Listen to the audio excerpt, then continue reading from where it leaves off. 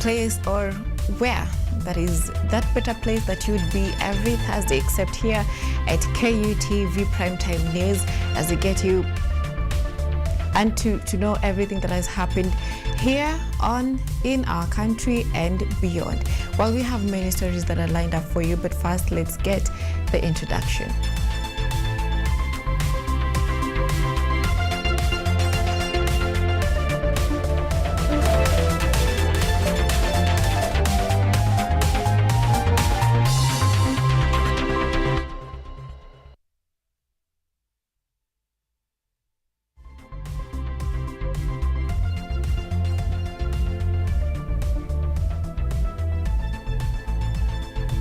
And this broadcast is live across all of our social media platforms. On YouTube, it's KUTV News Kenya. On X, it's KUTV_Kenya. My name is Ochieng, Cynthia, and let's get started. Now, the national conversation on the transformation of the country beyond 2030 has gained fresh momentum, with emphasis that national security is a key pillar of development. Speaking while presiding over the passing out of parade of the first cohort of the recruits who completed the 2025 training at the Kenya Defence Forces KDF Recruits Training School in Eldoret, Uasin Gishu County, President William Ruto has stressed that security and development are interdependent priorities. As the country charts a new direction for long-term national development and seeks to achieve greater economic prosperity, President William Ruto has continued to champion the vision. Speaking while presiding over the passing out parade of the first cohort of Kenya Defence Forces recruits who completed their 2025 training in Eldoret, Uasin Gishu County, President William Ruto emphasized that security and development are interdependent priorities. A prosperous, self-reliant, and capable of guaranteeing every citizen a life of dignity. That conversation must include security. Security and development are not competing priorities. They are the same foundation, viewed from two different directions.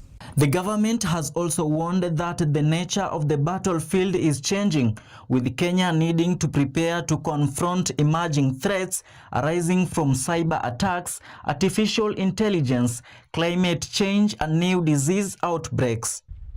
So tomorrow's KDF must be as strong in knowledge as it is in courage, as fluent in technology as it is in tactics, as prepared to anticipate danger as it is ready to answer to it. The future soldier must not only be fit, disciplined, and tactically sound, but also technologically literate.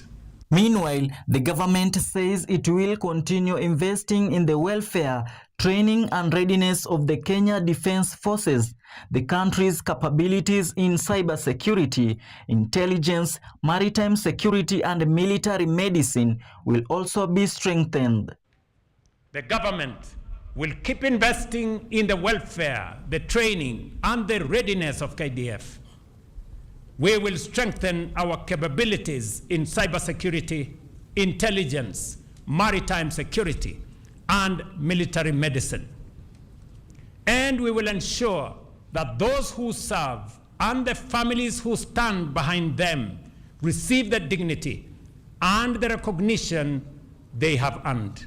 The head of state's remarks emphasize that security will remain the foundation of development as the Kenya Defence Forces prepares to confront both current and emerging threats. Rajab Juma, KUTV. The Democracy for Citizens Party, DCP, has escalated pressure on President William Ruto's administration, demanding answers on the state of the economy, security, and the cost of living. The party is also challenging the government to produce evidence proving the disappearance or disproving claims of that Gachagua had recently raised about the performances.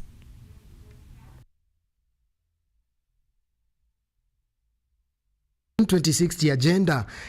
As the government continues to rally support for its Vision 2060 agenda, the opposition has escalated its attack on President William Ruto's administration, demanding answers on the economy, security, and the cost of living.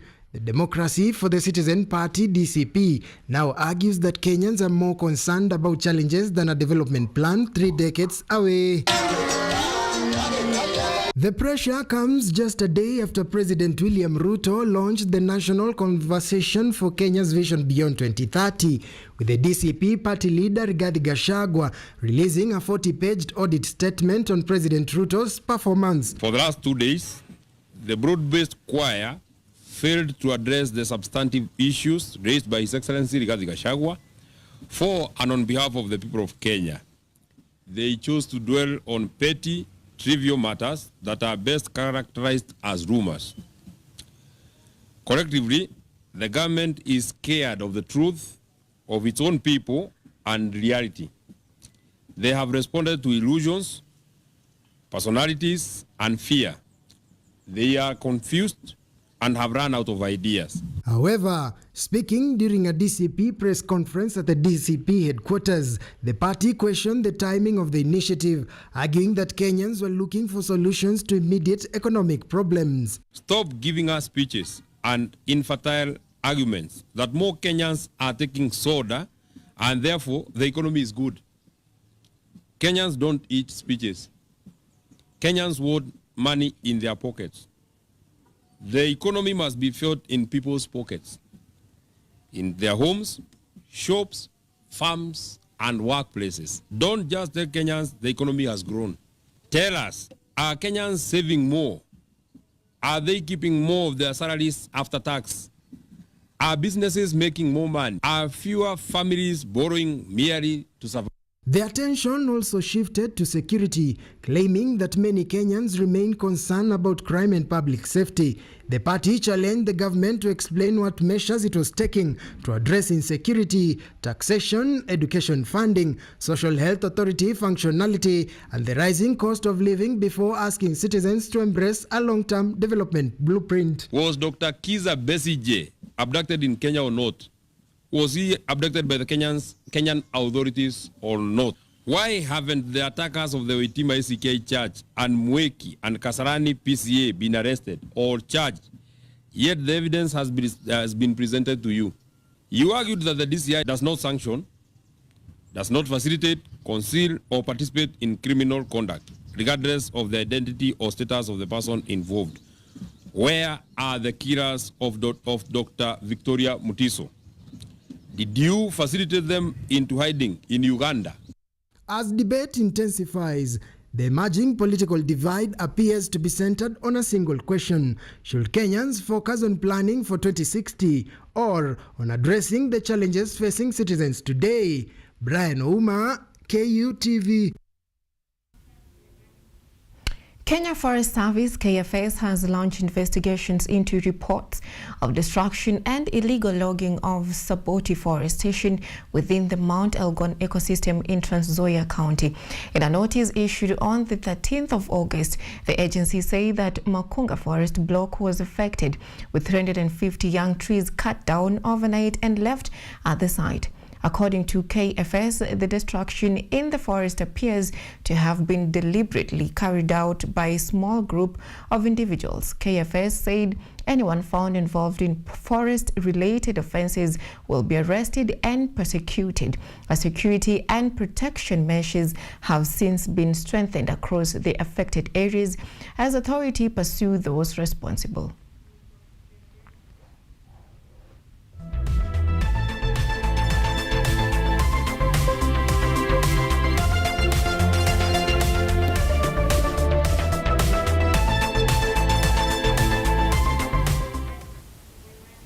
Moving on, this week in Narok County, the Pest Control Product Board arrested 6 suspects and impounded 500,000 worth of unauthorized pesticide during a joint crackdown led by Enforcement Manager Lawrence Kalawa. The operation targeted uncertified agro dealers to combat illegal trade and protect public safety ahead of today's court hearing.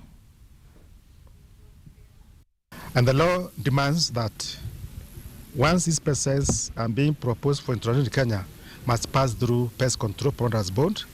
There's a process that guides the evaluation, the process we call registration process. And there is the Compliance and Enforcement Department that follows now post-registration activities, where we do a lot of compliance activities. So the message is, wherever you are dealing with illegal pesticides. And security agencies have been faulted for failure to target the arms supply chains that are enabling cattle rustling activities in the Northern Corridor. Speaking during a 5-day peace forum that brought together various community members, the Samburu East Member of Parliament Jackson noted that permanently ending cattle rustling in northern Kenya greatly relying on the success of shutting down the bullet supply. Jackson later Gioni has called for a crackdown on the illegal supply of bullets, saying cutting off the flow is key to ending persistent cattle rustling conflicts in the area. He addressed the issue during a 5-day peace forum in Samburu East, attended by elders, women and youth from 7 communities. Speaking during the forum, Samburu East MP Jackson Letoi Gioni said cattle rustling in northern Kenya will persist unless authorities disrupt the supply of bullets used by armed groups. Watu wananunua bunduki, wananunua ikiwa na risasi 5. Hata ikitoka nje huko mahali wanatoa. Risasi ni ngapi? 5. Lakini kesho wako na 200. Hatuna factory ingine ya kutengeneza marisasi, hakuna. Ule mkono ya kwetu haijafikia mahali ya kutengeneza risasi, inanunuliwa na hakuna watu wako na control isipokuwa ni serikali. Serikali wakitaka hiyo bunduki ikae bila risasi itakaa.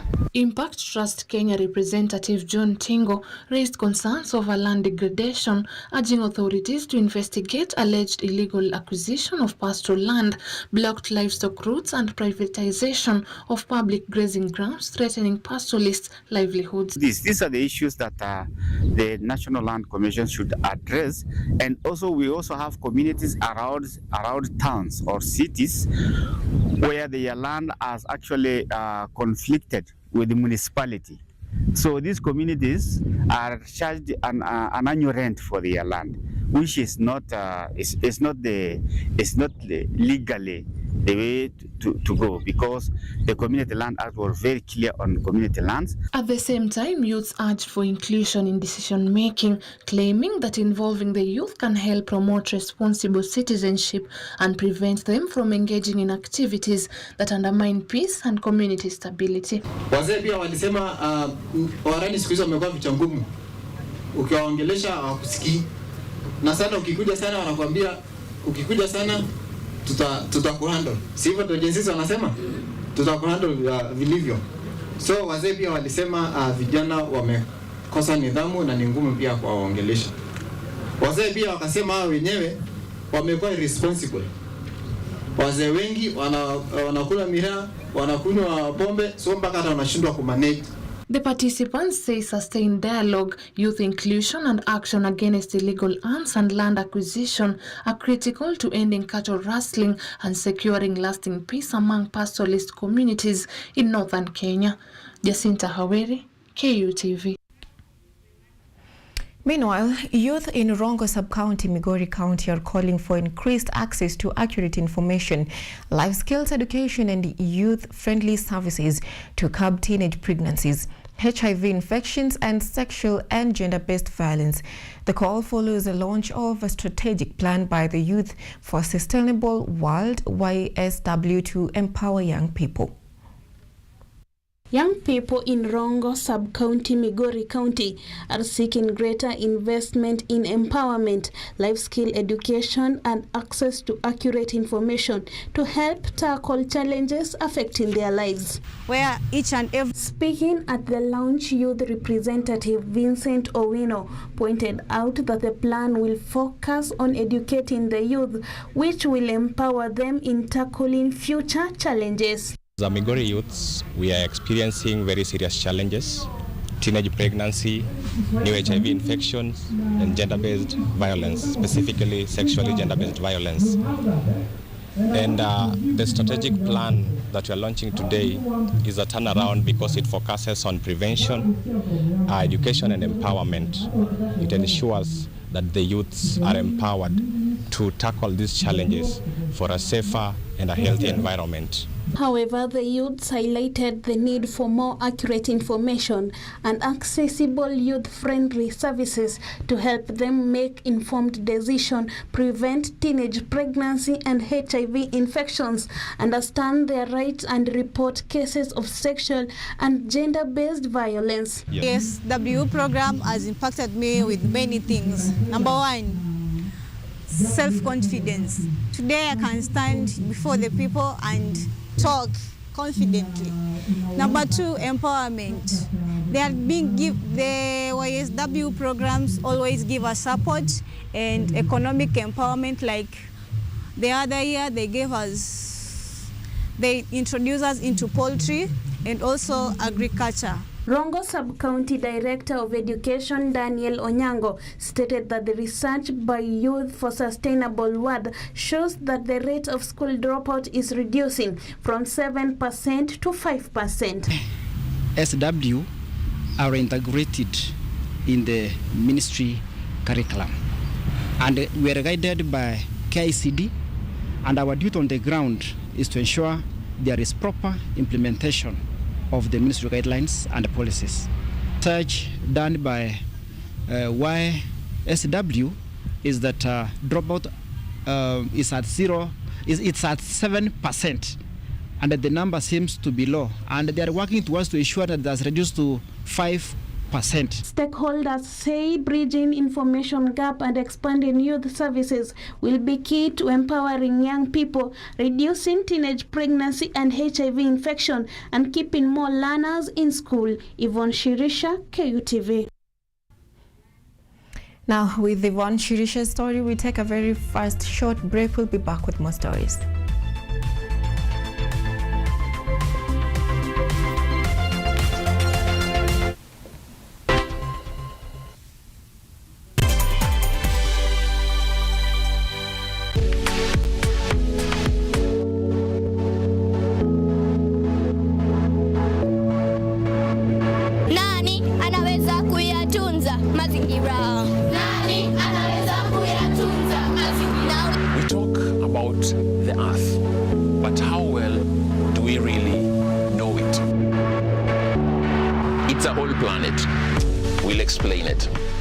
Right to say that a proper environment means even better product. Absolutely. On EarthCheck, we move on various topics that touch on this mother planet. I really enjoy doing these activities with my peers and my organization. Beekeeping is not just about the bees, it's about our environment and the future of our lives. It is an open secret that if you don't take care of the environment, then the environment will take care of you. Judge of the Environment and Land Court. Looking on various stories and topical issues that affect us, that affect our dear planet. True care begins with understanding. Na tumepitisha sheria mpya kupitia ile Environmental Management Act. Sasa kwamba wakati unapewa leseni lazima utoe ile inaitwa bond, environmental bond. My name is Emmanuel Kutosi, and join me every Wednesday for EarthCheck, where I'll be sure to keep you updated.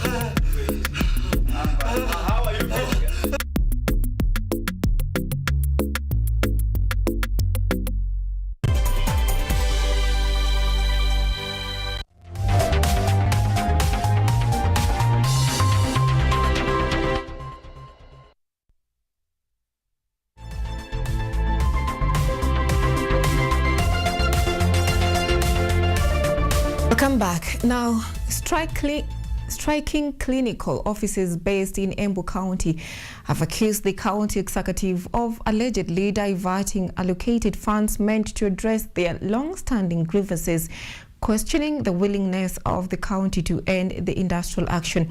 Speaking outside the governor's office, Union Chairperson Alois Njoka noted that the said move by the county is now forcing them to continue on with the strike. As the ongoing Embu County health workers strike continued into the 17th day, clinical officers have faulted the county leaders for their unwillingness to resolve the strike. According to the workers, the county diverted fund was meant to address their grievances. Speaking outside the governor's office, clinical officers stated that the strike will now have to continue despite their willingness to reach a conclusive understanding with the county.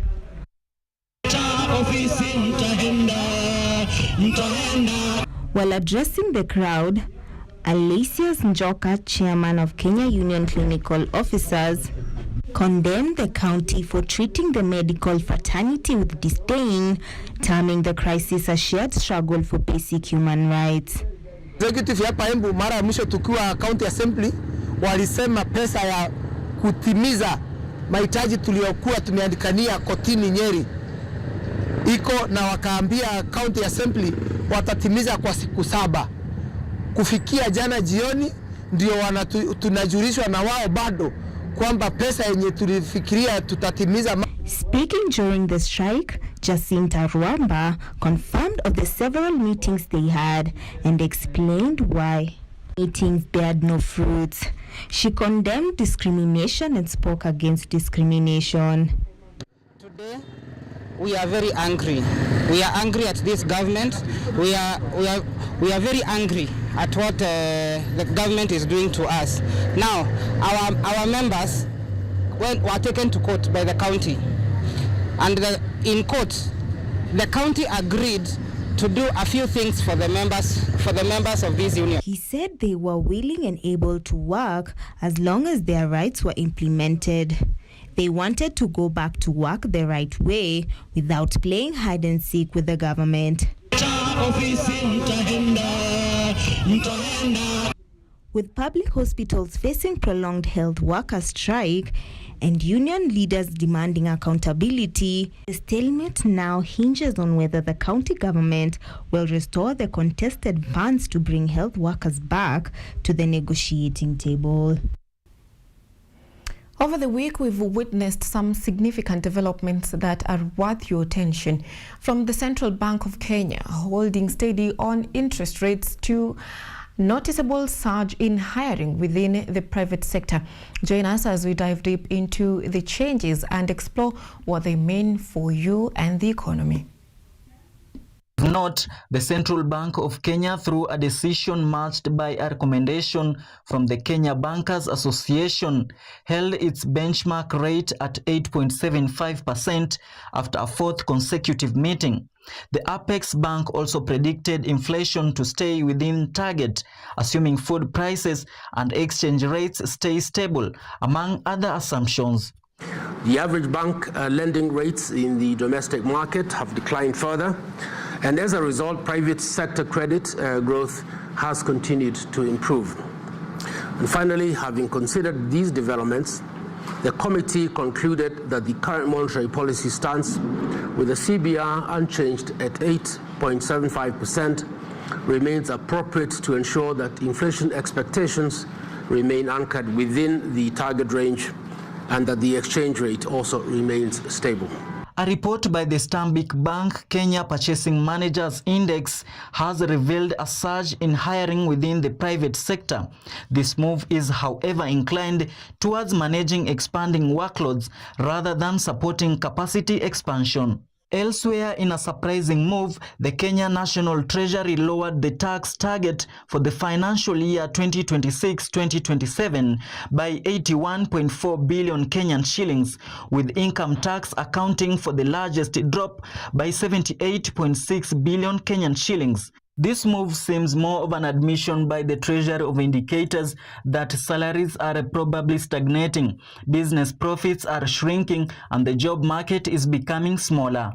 Finally, the Cereal Millers Association CMA warns of a potential hike in the price of wheat-based products. This is as a result of the delay in issuance of the C60 import approvals. The CEO of the association claims that millers are yet to get the approvals despite already purchasing locally produced wheat as per the program's requirement. That brings us to the end of our wrap-up from the world of business, with anticipation of further developments as we proceed further into the financial year.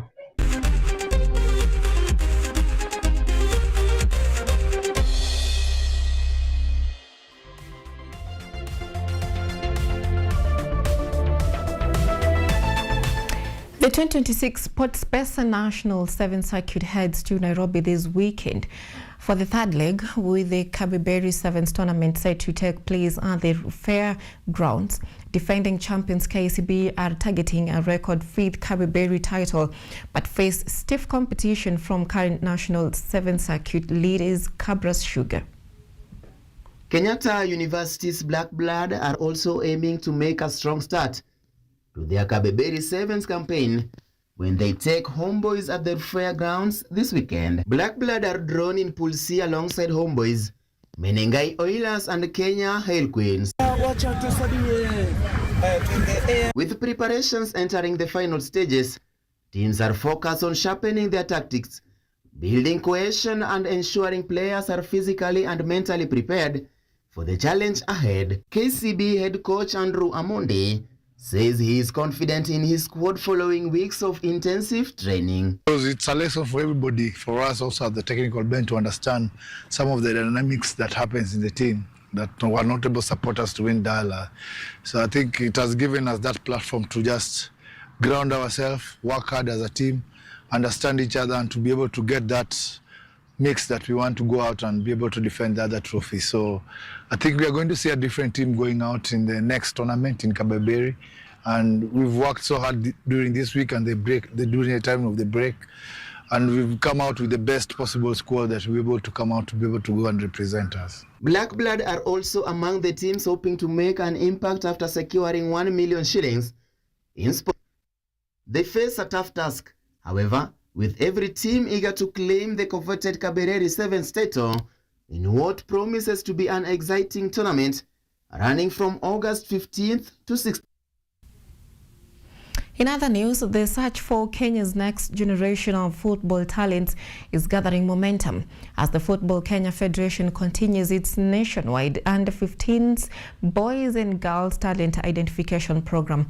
FKF trained scouts and technical officers have been visiting various centers across the country to assess young players with the aim of identifying promising talent for the upcoming 2026 CAF African Schools Football Championship SECAFA zonal qualifiers, as well as other national assignments.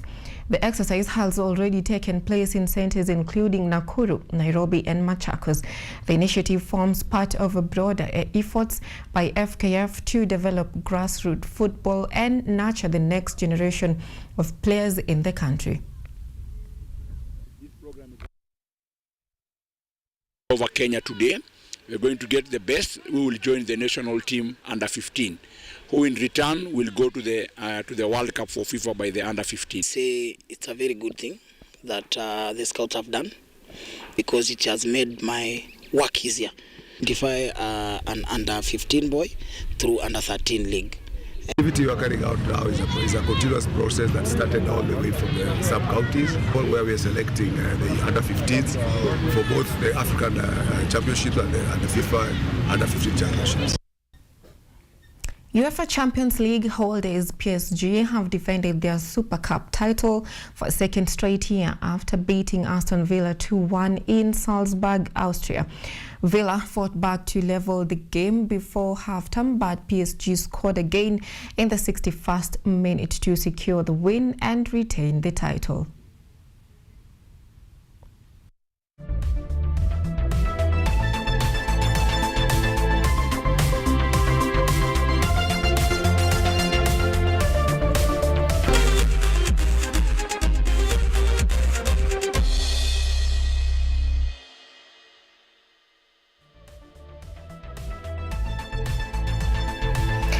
Now, that is all we had for you tonight on the 13th of August, the year 2026. Many thanks to you. Just to mention a few, but like Lumako, that has been following us live from Nakuru, representing many others that we couldn't read here on the program. And many thanks also to the producer Yvonne Kemuma on the directorate. We had Perpetual, those who are aiding her on the TX, on the social media platforms on camera, and just Lewi, also to mention him, has been a great camera person. Many thanks to all of you. That is all we had for you. Good night.